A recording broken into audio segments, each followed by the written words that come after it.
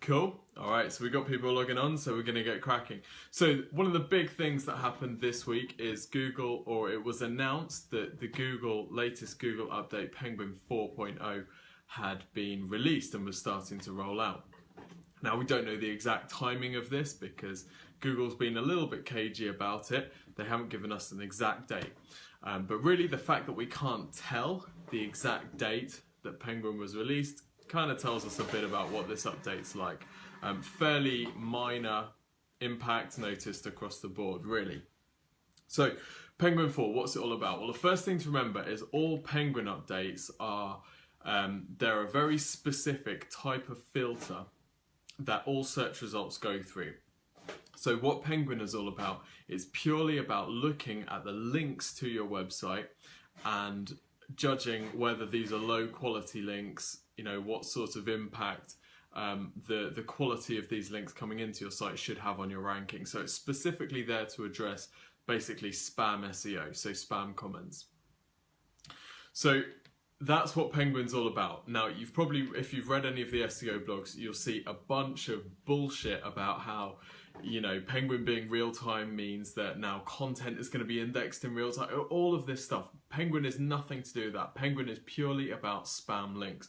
So that's all. If your site has spam links, then you could be impacted. If your site doesn't have spam links, then it's unlikely that you're going to be affected by Penguin anyway.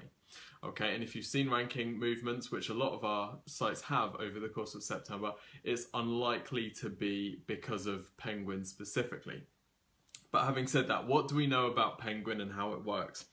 Well, there's a few things that we know. The first is that Penguin is now real time. So this means that the updates and the impact of Penguin is supposed to be felt in more real time. Now, this doesn't mean instant because there's a float with anything.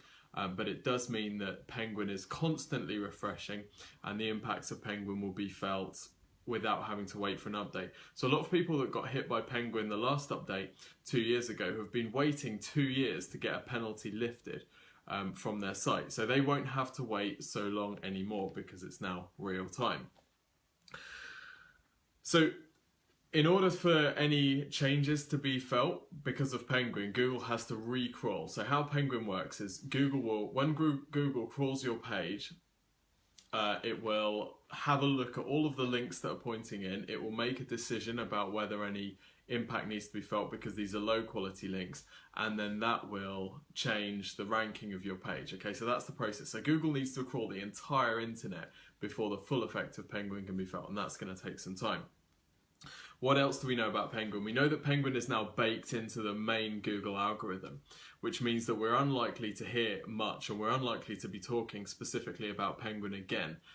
This is it really, because now it's just going to be part of everyday life, so there's not going to be any significant updates. What else do we know? We know that so far Penguin 4.0 has had relatively minor impact. Okay, we saw a lot of ranking movement around the start of September due to some local ranking changes around the prominence of the local 3-packs, but that's been much more significant than anything that we've seen Penguin related. So for most sites, they're not seeing any movement at all.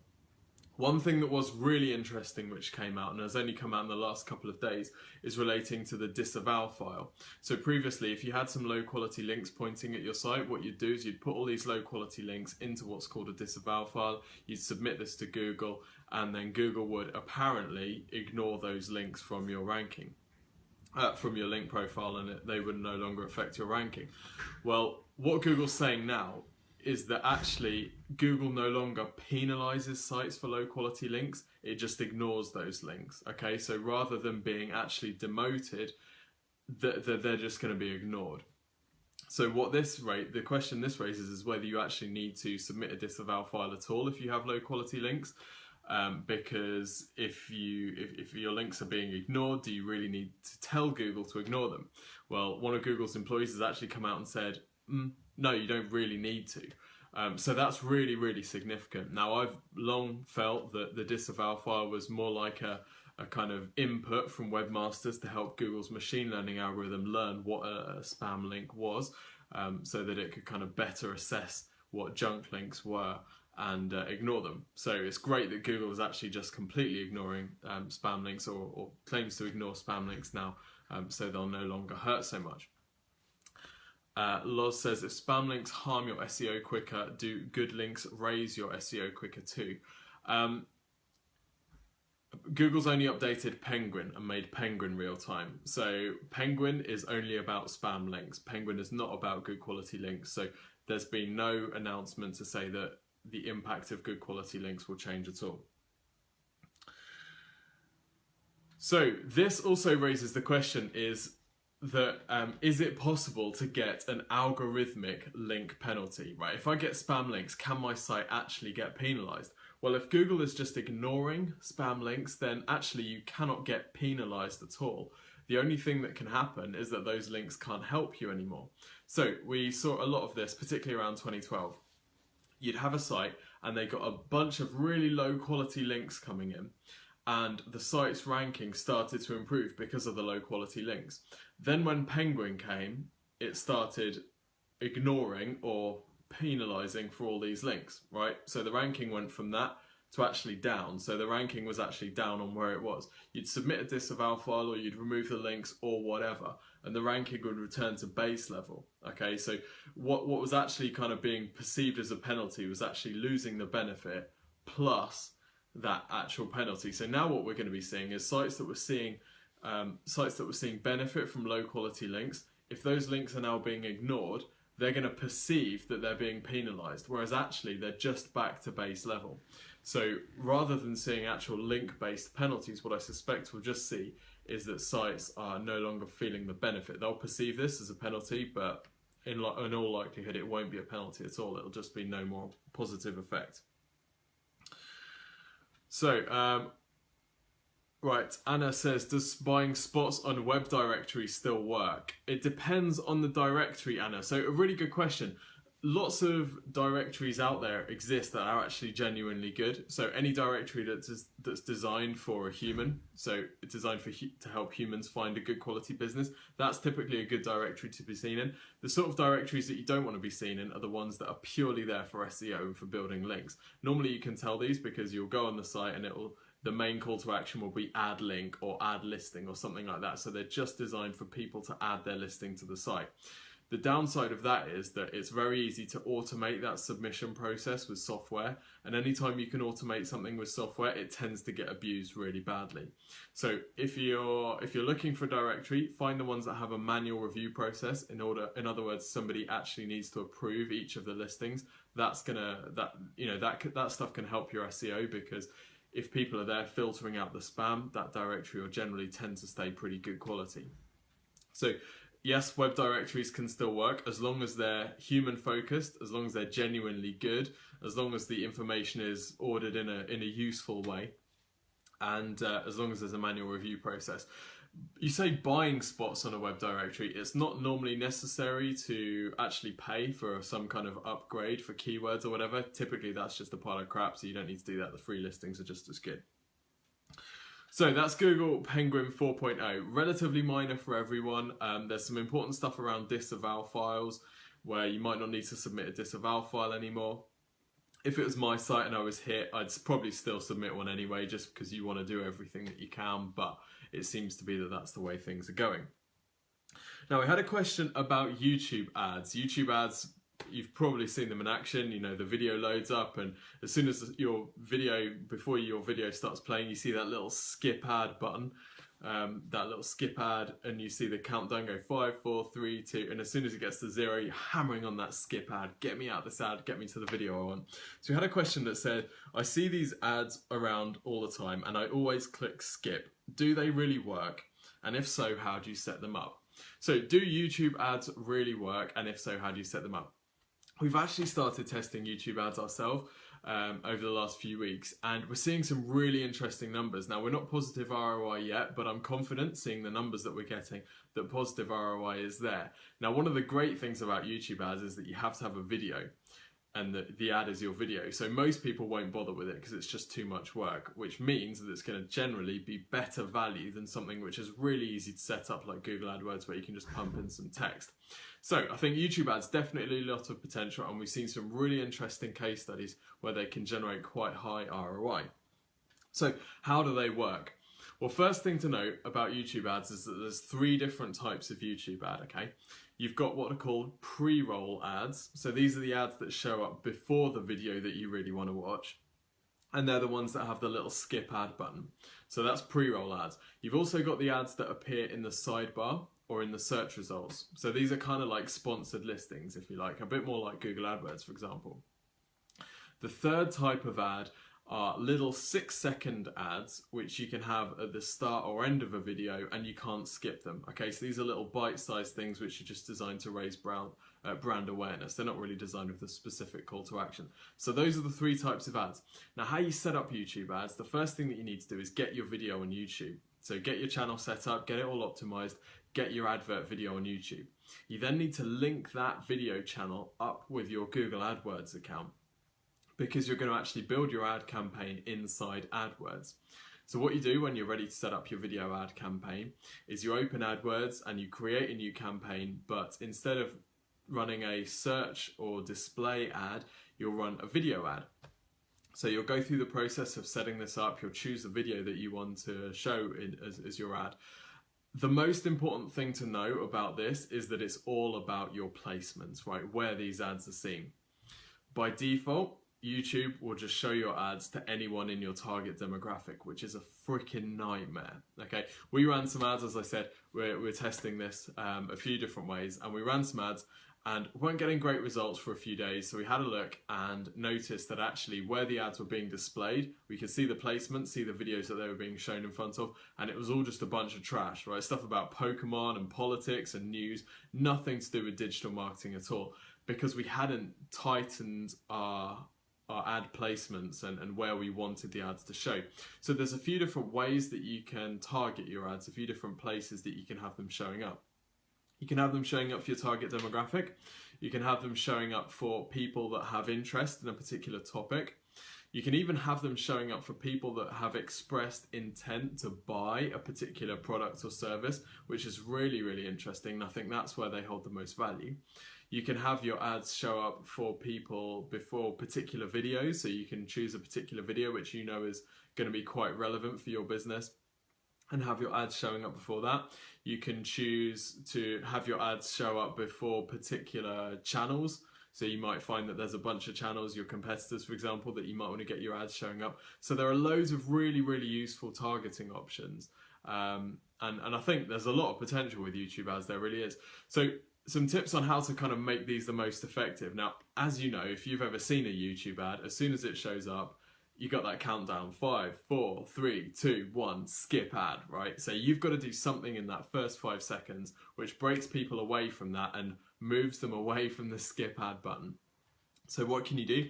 Well, you can immediately break their pattern. So show them something weird, do something that's slightly unusual, right? You want to get them out of the thing of saying, you know, this is just an ad.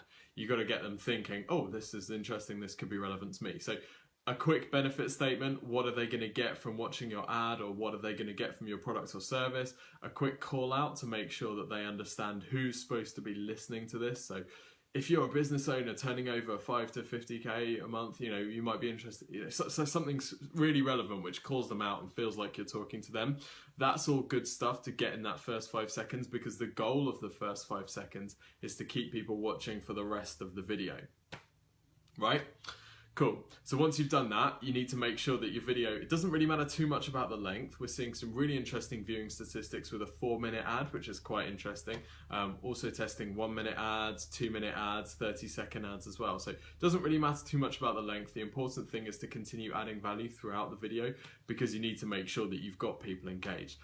Obviously, the call to action that you have in the ad needs to be interesting and relevant to whoever's going to be watching it, right? So low barrier to entry, high appeal, high perceived value, all of that sort of stuff, the same with any ad campaign.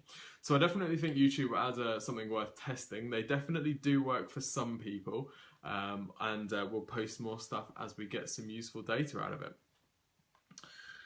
Right, third question this week, how long does SEO take to work? Good question, and a common one. So in my head, right, there are 2 different types of SEO task. There's like the low-hanging fruit stuff, so the stuff that should always be done. And then there's the stuff which is the hard slog stuff, Okay, so that's the stuff that's long term. You've got to put in a lot of attention and time and maybe even money. You've got to keep pounding away at it.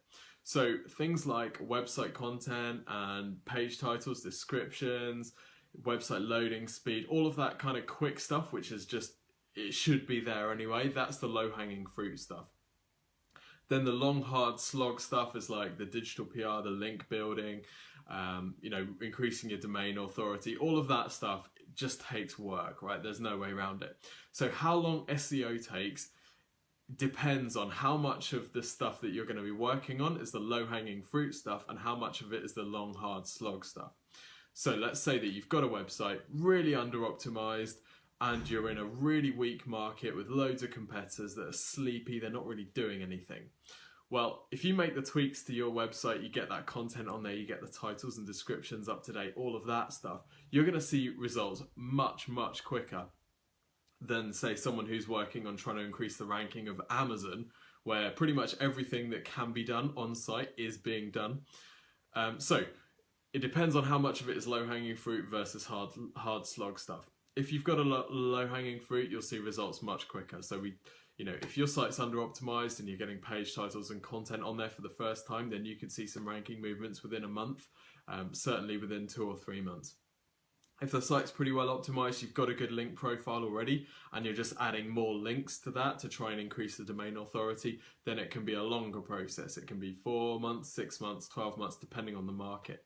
So Neil Patel mentions that his approach on his blog is just loads and loads and loads and loads of content on the site.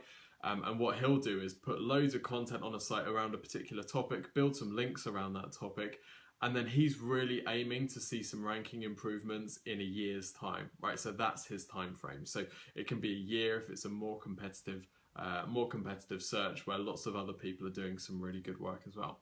So how long does SEO take? It really depends how much of your stuff is low-hanging fruit and how much of it is hard slog stuff. It depends on what your competitors are doing as well. However, if you're not seeing some sort of ranking movement within 3 to 6 months, then I'd suggest that maybe you're not looking in the right sort of areas, because you should be able to get some movement within that sort of time frame. Right. Dave Oakley dropped a question today, and it's a really interesting one. Actually relates to something that we were doing this week inside Exposure Ninja as well.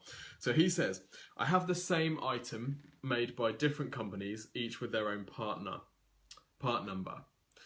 One page or separate pages.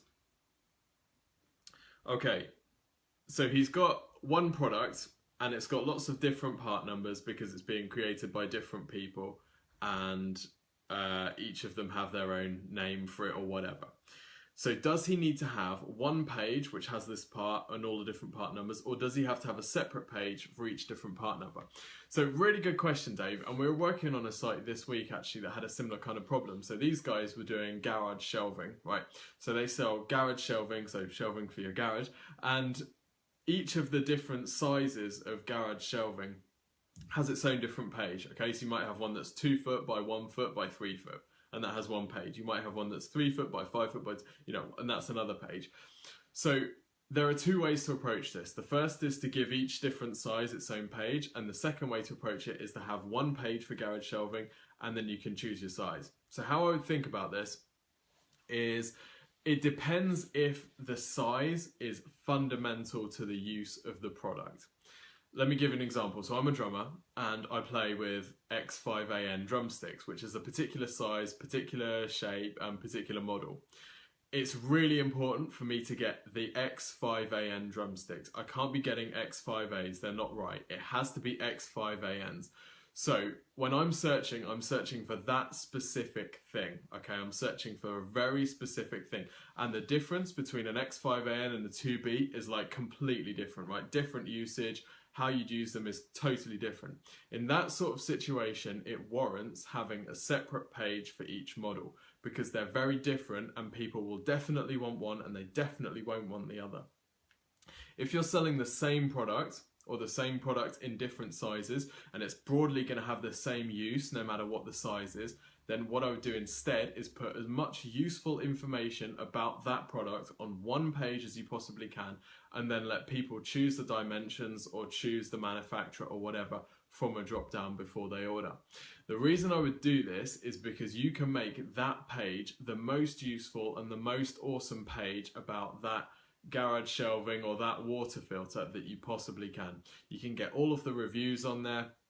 You can get some rich media, you can get some videos about that thing. You know, you can do whatever you want to do, and you can make that page so awesome that people land on that page and they can't fail to convert, right? That page is so well optimized. The reason I would not go for separate pages in your particular example, David, is that if I'm looking for a water filter and I visit a site and it's got 15 pages, all with the same water filter, all with different brands and different model numbers, how am I going to choose between them? Right, I'm going to go on one, I'm going to read the description. Okay, yeah, so that's cool. I'm going to go on the next one, duplicate description. Okay, so what's different about that one? Go on the next one. All of these look the same. That's a bit weird. I'm gone. If you put them all on the same page, you can include all of the different model numbers in the text on that page. So that page will still rank for those model numbers, but just kind of help people out, make it really easy to use. So I'd stick them all on one page. Right, we had a question, I got a few questions coming in. So Tom says, best way to optimize SEO? Really broad question there, there's loads that you can do. I think the most important thing to start with is getting your website sorted. So understand the sort of keywords that you want to rank for, make sure those keywords are found on your site, make sure they're in your page titles, your meta descriptions, in the copy on your site, in the headlines as well. So I would focus on getting as much content on your website as possible and then get some links built to it. Anna says, I'm currently reading How to Get to the Top of Google, which is amazing. However, the book's dated 2013, which on internet terms is very old. Is the book SEO principles that are still relevant? Any idea when an update will be coming? Anna, the book's not 2013 at all. If you've bought the book from Amazon, it's actually late 2015, I believe. The only reason it says 2013 is that Amazon hasn't updated their listing because they're too busy spending all the money. So yes, the book is updated pretty regularly every time there's something significant. The honest truth is that actually nothing about SEO has really changed since the start of 2015, so the advice in the book hasn't changed, but don't worry, you are reading the latest version, I expect. If not, sign up at www.exposureninja.com/Google-book. There's a little form there. If you sign up in that, then you'll get the free updates as soon as they're released. Right. Nicola David says, why does some stuff rank high immediately and established site changes take ages? Great question, Nicola. So this is, there's a couple possible answers to this. The first is, if a site is well established and it takes time for Google to crawl that site and it takes time for those changes to index, that can take a little while. There's a particularly interesting thing. Oh, sorry, Anna, you said, can you send the URL again? www.exposureninja.com/Google-book. It's actually in your book anyway, so you should definitely follow that link. Yeah, so going back to Nicola's question, so why can some stuff rank really quickly and some stuff can take ages? Particularly like new sites can rank really quickly for some stuff. What we suspect is happening is that Google will test a new site. If Google decides that a new site is really well optimized and really finely tuned for a particular keyword, it can sometimes test it ranking really well. Thanks, Logan. So we saw this with one of our own experiments around the diesel compensation scanner. We were doing some lead gen for diesel compensation leads, and we got giving it see how it's responding and see what sort of engagement it's getting. If it can maintain and sustain that engagement, then that's great. If it starts getting some links and starts getting some attention, then it'll keep that ranking. If it doesn't, then it might start to drop off. So I wonder if maybe the site is being tested. It also depends on the market as well. If you're entering a really competitive market, it's unlikely that you'd be able to get a new site ranked really quickly. Whereas if you're in a really kind of fresh market with not a huge amount of good competitors, then yeah, you've got a much better chance of competing with that with a new site as well. So think about that. Yeah, I hope that helps. Guys, if we've got any other questions, then drop them in. Otherwise, we will get on with our work. And I hope you found that link. Thank you, Logan, for sending that over. Alrighty. Okay, cool. Well, we're going to wrap up then. So thank you everyone for joining us on this Ask Ninja. Remember, every Thursday, 1 p.m, get some digital marketing questions answered. See if you can come up with something which is going to totally stump me. We haven't had anything this week, so I'm a bit disappointed about that, but hey, maybe someone will figure something out for next week. So yes, Thursday, 1 p.m. on our Facebook page. Thank you everyone for joining us. The replay will be live on our Facebook as well if you want to go through anything again. Other than that, peace out, have a good week, and talk to you all soon.